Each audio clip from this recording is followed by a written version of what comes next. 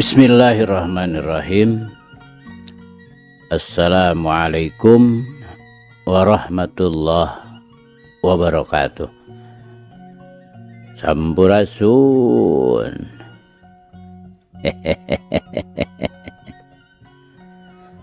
Damang kanca. Tepang deui kanca sareng Abah Awi. Rauh Kang Kepin. Mangga urang keureuy, urang padar, urang lajengkeun deui. Muga wae ieu carita janten bahan kanggo urang nggoni ngeusian kahirupan dunya anu saena atuh urang anggo ku urang anu awona urang tebihan. Sok kanca madep kum ka kanca Abah wargi-wargi Abah sakuliah dunya. Nyanggakeun Gumilar yasana Bapak S. Sukandar.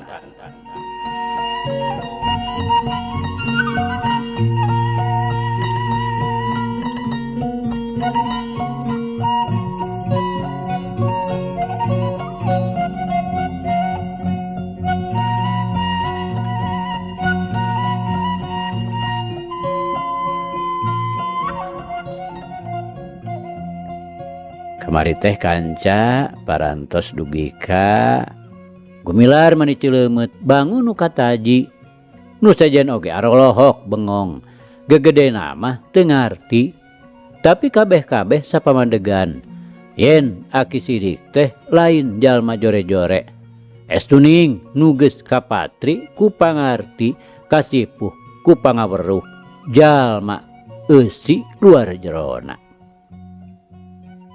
Duit kadinya nya kanca, mangga. Urang lajengkeun.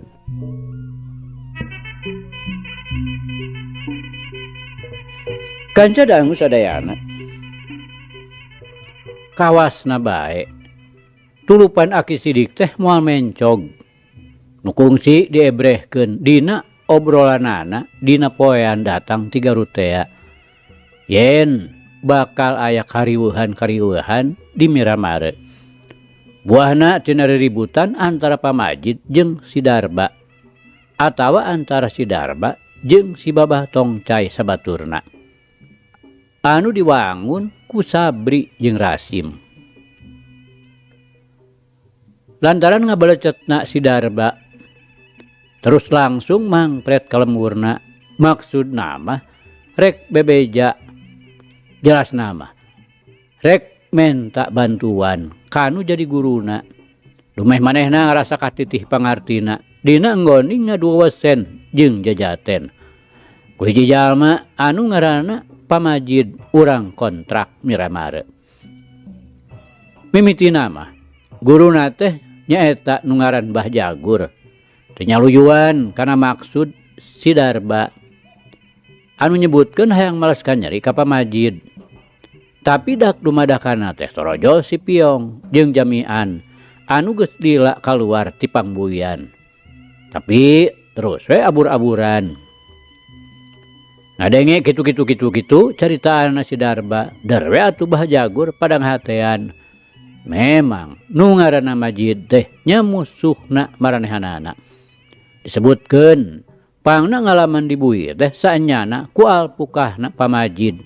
Kitu pokna teh. Direntog kutiluan mah Mbah Jagur teh jadi nyaluyuan oge. Si Piong jeung si Jamian bisa pisan ngareka caritana ngangsonan nu lain-lain. Ongkoh dipikir bener-bener mah memang kanyeri murid nya kanyeri guruna. Kawirang murid nya kawirang guru. Komo deui ieu bari jeung ngadenge caritaan-caritaan. Ieu nu ngaranna Majid teh make nangtang ka guruna si Piong jeung si Jamian sagala. Ari Mbah Jagur teh di ujung kulon mah geus taya nu birek deui. Malah ke tempat-tempat nu aya di sakulilingeunana geus kamasyhur kakoncara hiji guru main po anu geus moyan. Malah dina teungeulan ujungan mah jeung dina ilmu batu karangna geus taya nu bisa nandingan kahebatanana. Pangawakanana andihi jangkung luhur simardada. Tanagana satanding jeung gajah. Malah ceuk beja mah upama meulah kalapa cukup ku diteundeun dina tuurna heg dipeupeuh ku dampaleungeuna. Atawa mun teu kitu didagorkeun kana sirahna. Geus tangtu kalapa teh remuk teu beda we tinu ditinggang ku timris. Ari pakarangna tara mau bedog panjang atawa gobang, tapi cukup kumawa hoe, kira-kira panjangna saeuteuk, gedena sarua we jeung leungeunna. Dina beuteungna tara tinggal ti bedog pondok, nyelap dina 2 ramo rubakna, panjangna sajeungkal satengah, anu perahna mangrupa hulu orai keur calangap. Iteuk hoe teh mani lestreng herang, balas dicocoo, teu sirikna saban poe. Hoe nahun, anu geus lain saeutik-eutik ngahakan korban. Geus aya puluhna boa ngaratus manusa nu bujeret-bajeret kaluar polona. Kawantu tadi nama Bah Jagur teh rampog jadugna. Pinditeun ka Miramare pikeun ngajorag ka Pamajid jeung Gumilar anu kungsi ngelehkeun si Piong jeung si Jamian. Geus ditangtukeun dina hiji poe anu nurutkeun manehanana mah poe anu mustari numbuk diunggul.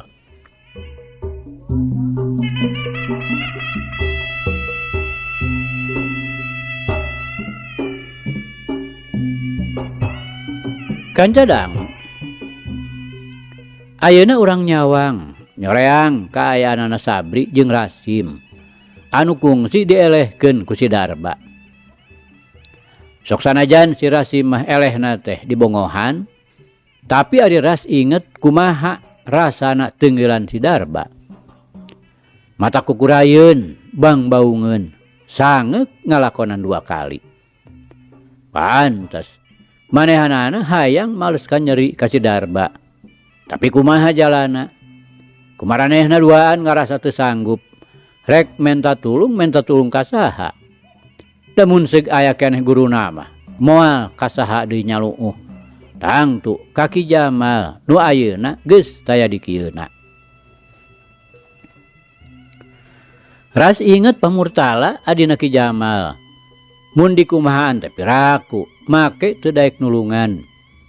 Memang bener lain guruna langsung, tapi kasebut paman guru.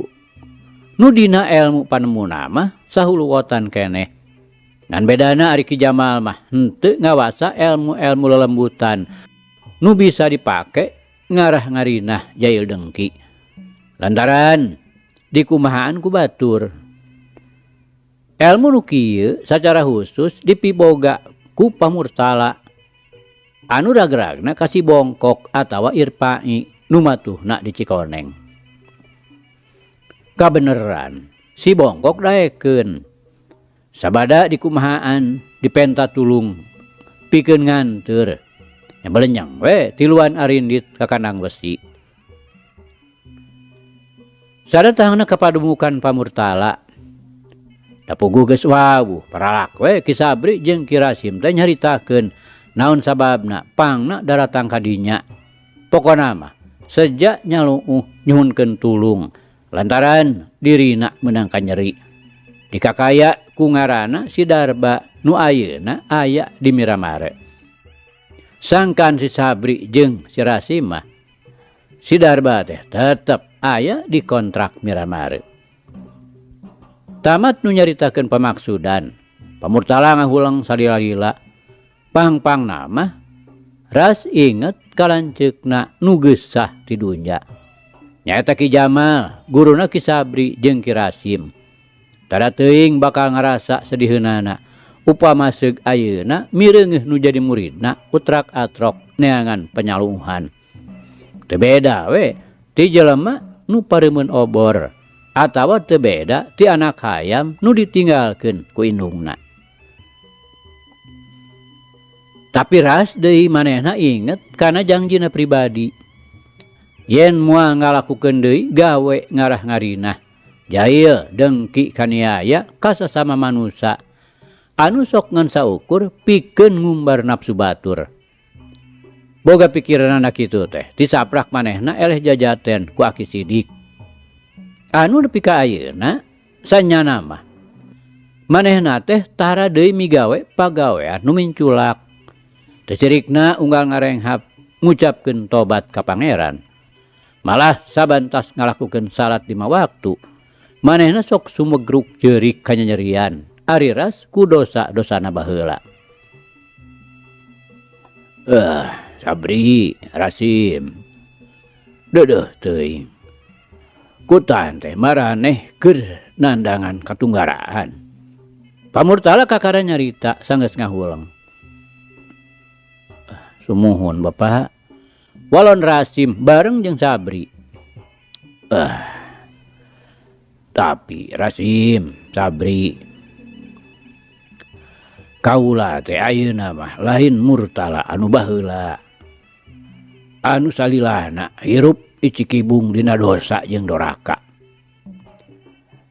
Tapi murtala ayeuna anu geus ngarasasieun ku bebendona pangeran. Nyaeta Gusti Allah nu Maha Kawasa. Hampura Rasim, Sabri. Ilmu-ilmu kaula nu teu dipirido ku pangeran teh geus dipiceun. Piraku ki Irpai teu ngadongeng. Apan manehna oge ayeuna teh geus babalik pikir. Namung Bapak, ceuk Rasim ngajawab caritaan pamurtala.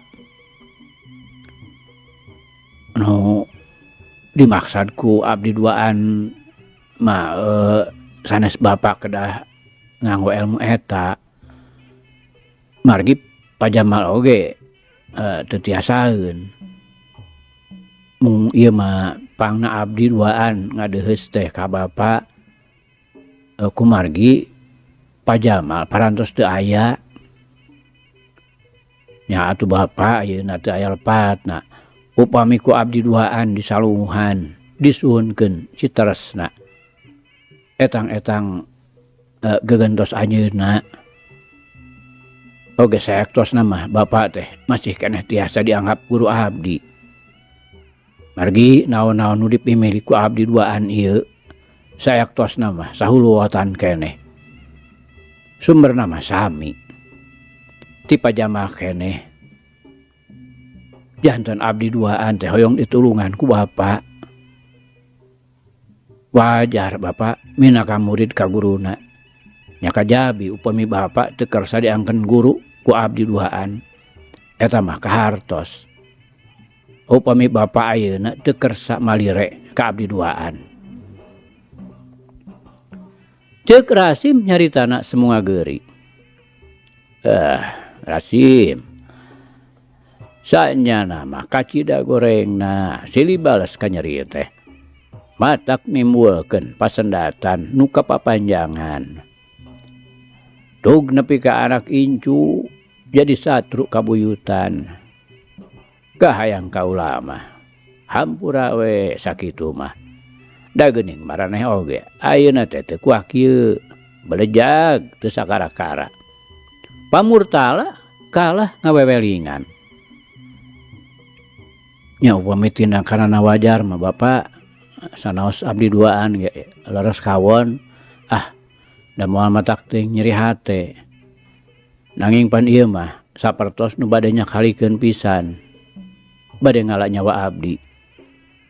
Geura mangga ieu tinggal we tilasna Pak Guru. Rasim bari muka kampretna nembongkeun pundukna. Oge Sabri nurutan pada muka bajuna nembongkeun tak-takna ka murtala. La ilaha illallah. Nya memang ieu mah bener tenggelan kacida jahatna. Ceuk pamurtala kaget bari gogodeg salila-lila. Barang mireungeuh tapak tenggelan ujungan si Darba. Kulitna jabatirnya teh ngagempang tutung teu beda we ti tapak ngaduruk. Eh, lain manehna teh muridna Pasidik mah Sim. Pamurtala saterusna nanyakeun, ah sanes Pak Guru di ujung kulon manehna teh. Pahan tos atuh. Lain maneh mah nu kamimitian nyieun kasalahan Sim. Pamurtala nanya deui, taletenaker ngayakinkeun meureun. Ah, teu pisan-pisan Pak Guru tiasa ditaroskeun kanu sanes. Ngawitanana mah pasendatan sareng Babah Tongcai betras ngabarerang ka abdi. Dumeh abdi duaan harita teh sasarengan sareng Babah Tongcai. Dina pasal ngadu hayam. Pamurtala terus nanya tatalepek. Sanes Pak Guru? Dateng ngiring ngadu si Darba mah. Rupina bae ngabelaan baturna anu waktos ti payun kantos riributan sareng si Babah Tongcai. Walon Rasim. Kudan? Pamurtala ungut-unggutan. Kieu we nama Sabri, Rasim. Hade, hari kitu jalan nama. Pamenta maraneh ku kaula disanggupan. Hek teuing iraha kaula pasti ngadatangan miramare. Tapi samemehna tangtu nyamperkeun heula ka maraneh. Duh, nuhun atuh Pak Guru. Abdi teh atuh moal lami ngadeuheus bade permios bae Pak Guru. Rasim jeung Sabri teu sirikna ting aracong, bakat ting ku ngarsa bunga, bakal bisa maleskan nyeri ka si Darba. Kitu we. Eta mah nya dagoan we ku maraneh di pameungpeuk. Kir panya oge tangtu ku kaula bakal dibawa. Ceuk Pamurtala bari ngareret ka si Bongkok. Anu ti tadi gaweana teh ngan nyaksian nu rebut catur. Sanggeus nu tiluan arindit deui ti dinya. Pamurtala ngajengjen dina lawang ngawaskeun nu keur laleumpang. Hatena mah teu wudu ngarakacak. Upama seug mireung Sabri jeung Rasim teh. Lantaran sok ngahudang rasa inget kalanceukna nyaeta Ki Jamal. Anu kaeta dua jelema teh muridna. Ya sababna nu matak manehna nyanggupan oge. Tapi sanajan bener manehna geus nyanggupan kana pamenta Rasim jeung Sabri. Manehna moal gana-gana wani ngayakeun tindakan nurutkeun sakarep dirina. Rek badami heula jeung Aki Sidik anu ayeuna geus dianggap mitrana. Rek dipenta bong bolonganana kumaha pihadeunana. Ari si Barja kanca. Sanggeus manehna ditinggalkeun ku si Darba. Jadi cuang cieung. Sasat eueuh batur pakumaha. Ongkoh pikirna mun manehna papanggih jeung pagobang katut Bahdira atawa papanggih jeung Babah Tongcai sabaturna. Piraku ngantep tangtu bakal ngayakeun balitungan ka dirina. Ras inget kadinya manehna jadi loba kahariwang jeung kasieun.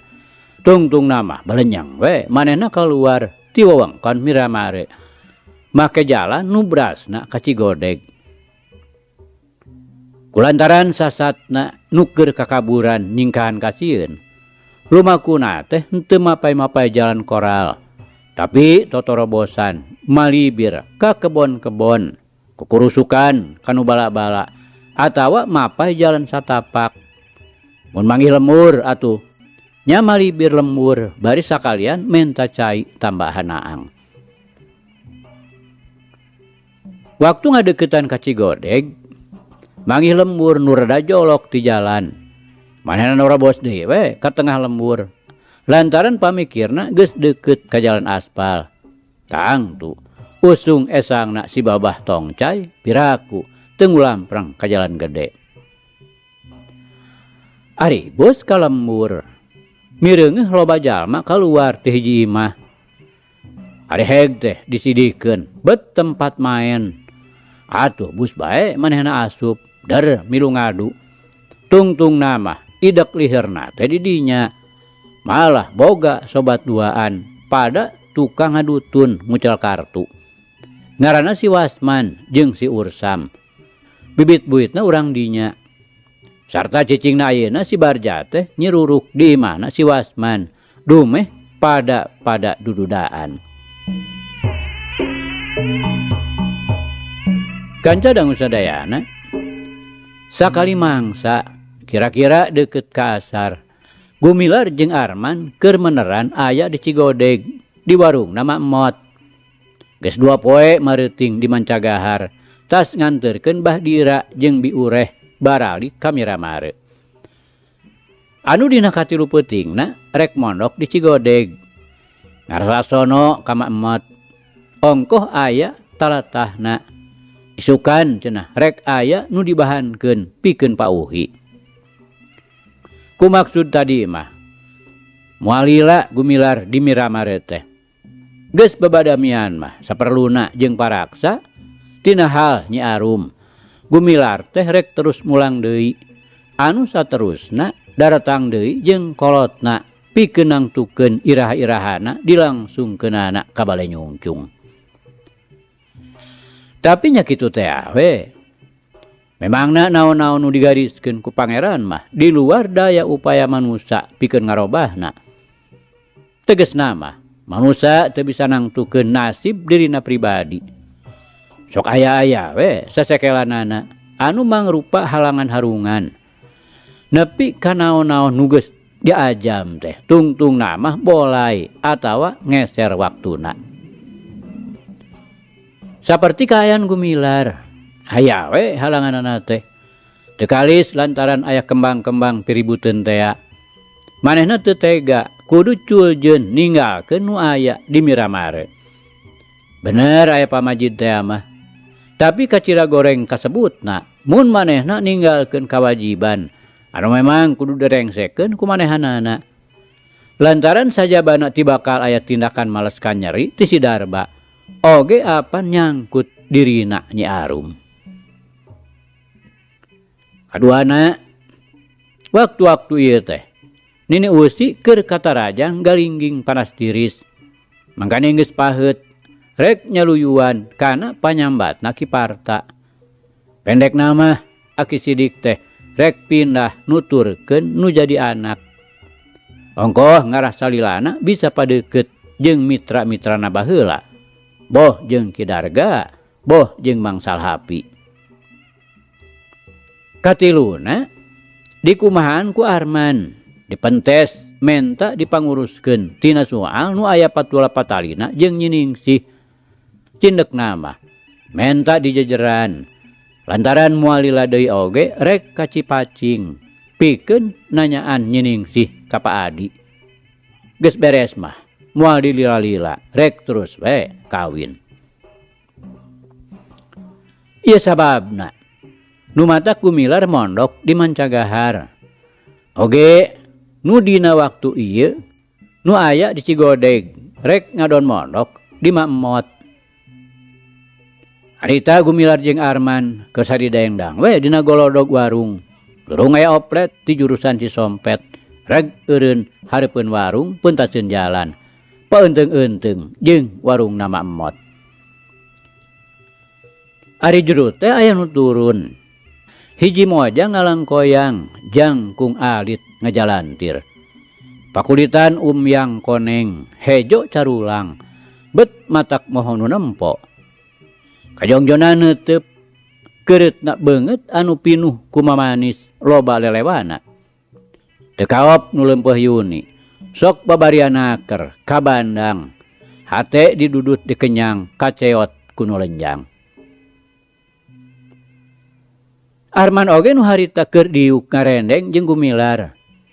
Neteupna mani teu ngicep-ngicep teu beda we ti mata simeut.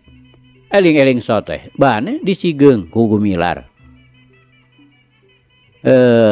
Arman mah geus poho nya ka Nyi Ningsih teh.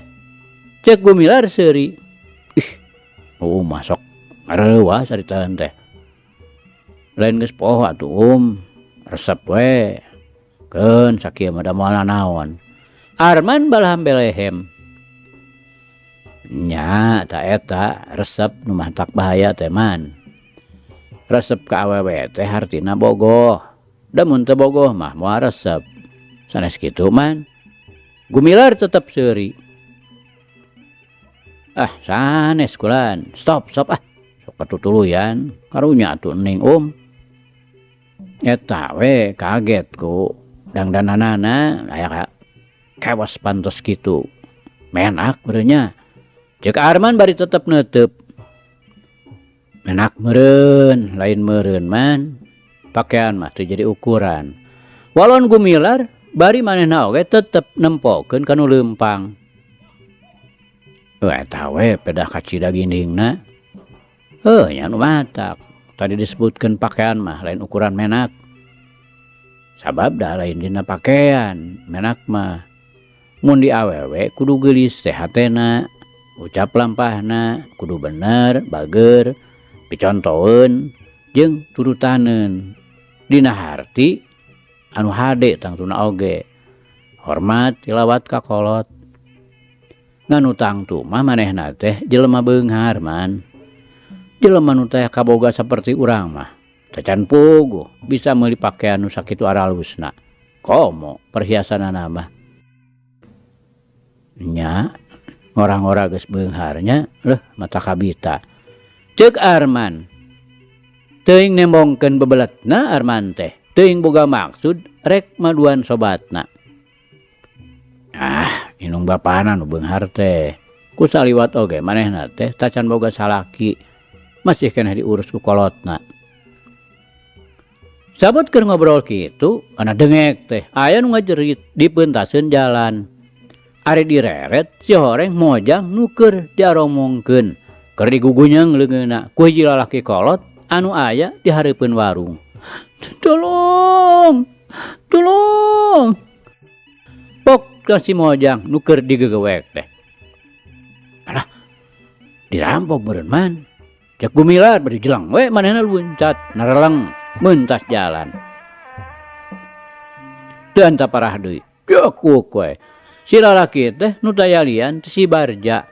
Ku gumilar dipapeg irungna. Pogo sasatna dibongohan. Teu loba codeka deui galeong kubrag we nangkarak. Lumayan huluna ngageledug kana batu. Waduh. Kurang ajar sia. Adon ngabongohan. Cek si Barja bari ngaragap irungna meh menyon dibeupeuh ku peureup haneut. Sia nu kurang ajar teh mah rek ngarampok sia teh. Gumilar muncereng bari nyarenteng. Rokaya. Dua baturna si Barja nyaeta si Wasman jeung si Ursam. Rikat babela ka sobatna. Atuh Arman oge teu cileureun. Rikat ngahadang si Wasman anu geus ngahiukeun peureupna. Tapi Arman lebih kesit gerakanana. Panenggeul si Wasman ditilep, riwal, dicerak sarta ditarik bari disampakeun tuur. Deg. Angan si Wasman dipapag tuur. Waktu si Wasman ngagibeg ditimpah deui palipisanana ku leungeun kenca. Anu saterusna manehna ngagaleong, tapi teu dibere tempo. Cedak deh, gadona ditimpuk di handap. Teu loba pola, blak we si Wasman nangkarak bengkang. Red Arman ka Ursam, maksudna mah rek ditarajang. Lantaran harita katempo manehna teh keur ngahiukeun peureupna ka Gumilar. Sedang si Barja geus udang deui. Bari ngabar bedogna, tigigir nyewuk rek ngacak-ngacak iga. Tapi teu kabireungeun ku si Wasman, nu ngajorelat ngarontok suku. Ku Arman kareret. Rikat luncat. Rokaya lieur teuing. Nu antukna suku Arman sabeulah kasamber. Atuh Arman ngagedebut nang kuban nyium taneuh. Kasempetan hade pikeun si Wasman. Rikat manehna ngarontok tonggong. Tapi Arman anu memang geus ngarti leuwih ti heula kana gerakan musuhna. Rikat ngagorentel Malik dina gaya maung ocon. Bareng jeung nyampeukna beungeut si Wasman. Arman nyampakeun leungeunna nu geus masekon ngawangun siku-siku. Ari lol, ari habak we. Carehamna si Wasman. Teu beunang ditarekahan deui dibadug ku siku. Si Wasman ngalengat anu saterusna disusul tepus ku ditajong ke kemplongna. Juralit blak we. Si Wasman nangkarak bengkang les kapaehan. Sedeng Arman sakilat ngajaregjeg.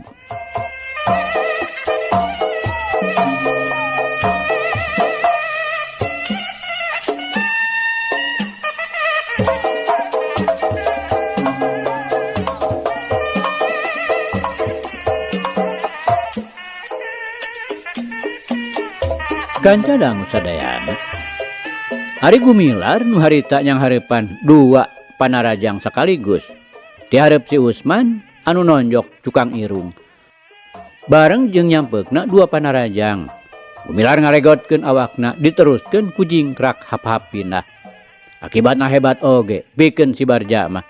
Lantaran bedogna ngeplos jadi nyolontod. Atuh da carehamna dipeupeuh ku si Ursam. Sedang pundukna digebug ku Gumilar. Antukna manehna ngagebru lungleng katura lengan. Sedang bedogna mecleng jauh nakar. Lantaran leungeunna sakalian ditajong ku Gumilar. Aduh!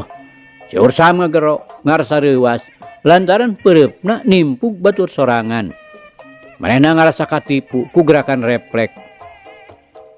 Mireungeuh musuhna jingkrak kakatuhu. Otomatis peureupna nuturkeun tapi teu kanyahoan bet jadi ngahakan batur sorangan. Yeuh deui. Si Ursam narajang. Gumilar rikat nyerong tapi sakalieu mah si Ursam leuwih waspada. Bari narik deui leungeunna sakilat gerakanna robah nyamber suku lawan bari ngabadugeun sikuna rek ngahanca gado. Bareng jeung robahna kuda-kuda Gumilar si Ursam ngagentak malik. Leungeunna nu tadi nyiku ayeuna robah jadi mangrupa teungeulan nu rek ngahanca beuheung. Tapi sak hiceup sirah Gumilar ngaleungit dina gerakan monyet ngemil. Sedang leungeunna ngebelesat rek notog hulu angen. Tapi bener-bener si Ursam teh mangrupa hiji lawan anu lain lalawora. Sakilat manehna ngajol bari najong leungeun Gumilar. Gumilar ngagilkeun leungeunna bisi katajong sarta terus nyusul tepus musuhna teu dibere nyeunghap. Si Ursam ngagilek bari ngirimkeun deui panajongna. Waktu dampa sukuna rek ditewak ngadadak las we leungit tina sasaran diganti ku peureupna nyuruntul rek ngahakan gado. Gumilar ukur ngabalieur nyumputkeun gadona. Des! Dengan si Ursam dikedet cedak. Gadona disusul ku jurus Tanjung Pura. Lengak we. Si Ursam ngalengerek cekuk dadana ditonjok ku jurus katilu Tanjung Pura keneh. Si Ursam ngagoak gado asa nyengsol, leungeun asa potong, dada asa rempag. Cacakan Gumilar teu ngagunakeun tanaga sagemblengna, tapi teu burung we. Si Ursam kokowowongan teu beda we ti anjing dibentur huluna. Kanca dangu si Barja nu harita geus eling deui. Bareng mireungeuh baturna Namru teh rikat naraja ngagunakeun jurus Cigalontang. Gumilar ngalegot nyerong bari ngasupkeun jurus-jurus Tanjung Pura. Tapi si Barja kalawan ngagunakeun gerakan bahekele geus hasil nyalametkeun awakna. Malah sakali ieu mah manehna geus bisa nipu musuhna. Posisina aya di sagigireun badan Gumilar. Anu geus katalanjuran musatkeun tanagana ka hareup. Atuh samemena pisan si Barja ngasupkeun jurus katilu Cigalontang ciptaan manehanana pribadi. Sanajan bener Gumilar harita ngageser nyalametkeun walikatna, tapi leuir teuing. Teu burung we igana kagetruk sedeng carehamna kaserempet peureub si Barja ngan teu nenggal pisan. Cileureun teuing atuh kunyuk. Ceuk si Barja ngagagak. Kakara sakitu ge hatena geus takabur. Gumilar muncereng. Puguh ti tadi ge geus ngarasa kaget. Lantaran mireungeuh musuhna nu ayeuna di sanghareupan teh beungeutna berod sasakuris. Geus teg we sangkaanana boa-boa ieu teh si Barja. Musuh bapana oge musuh gerot manehanana. Yah ulah kaseuri Barja. sakitu mah dewek teh mere hate deuleu. Cek Gumilar nyoba-nyoba mah parah. Nyau geuning kangaran dewek kunyuk. Memang mulai duana euy. Ngaran si Barja jago Garut deuleu. Si Barja nepak dada. Lah, kurang ajar sia. Pogo sia nu keur di tangan teh. Bayar deuleu hutang sia baheula. Gumilar bari sabrut we ngasupkeun pereupna, maksudna hayang nyakalikeun supaya si Barja teu wala kaya. Gampang deuleu ngaragap si Barja mah. Deuleu ye, ulin Cigalontang, meunang aing pribadi. Si Barja micieun panonjok, tapi katipu. Lantaran Gumilar narik deui pereupna. Atuh si Barja jadi pakupis na kisahan angin teu pupugu. Cek aing oge teu gampang, gugur deui ka tuh kunyuk. Ari hayang ngaragrageun si Barja mah. Si Barja ngagakak deui bari sakilat ngaheat, leungeunna helang rek nimpug punuk.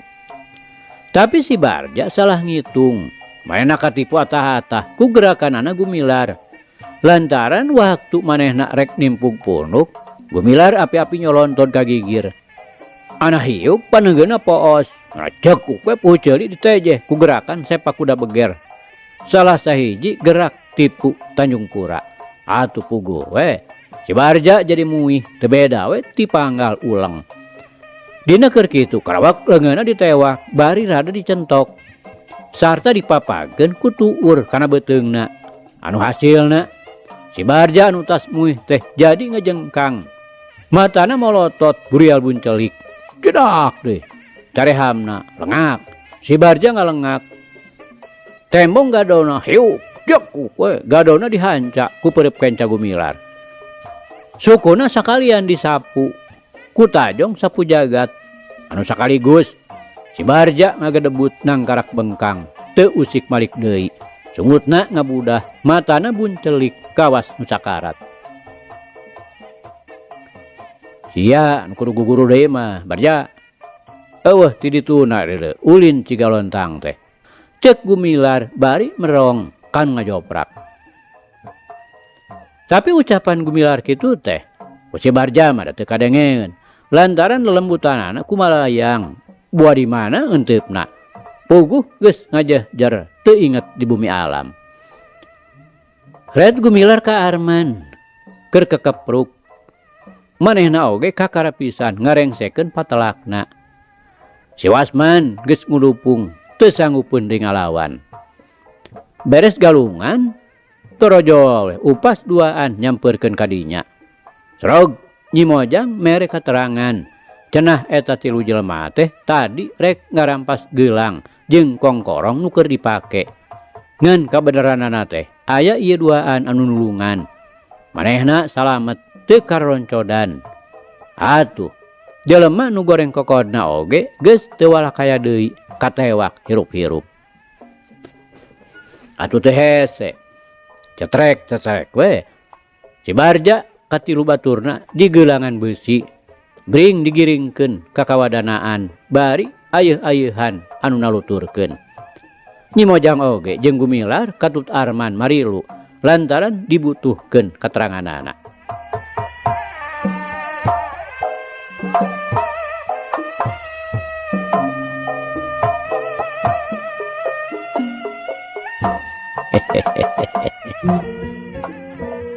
Aduh kanca cak.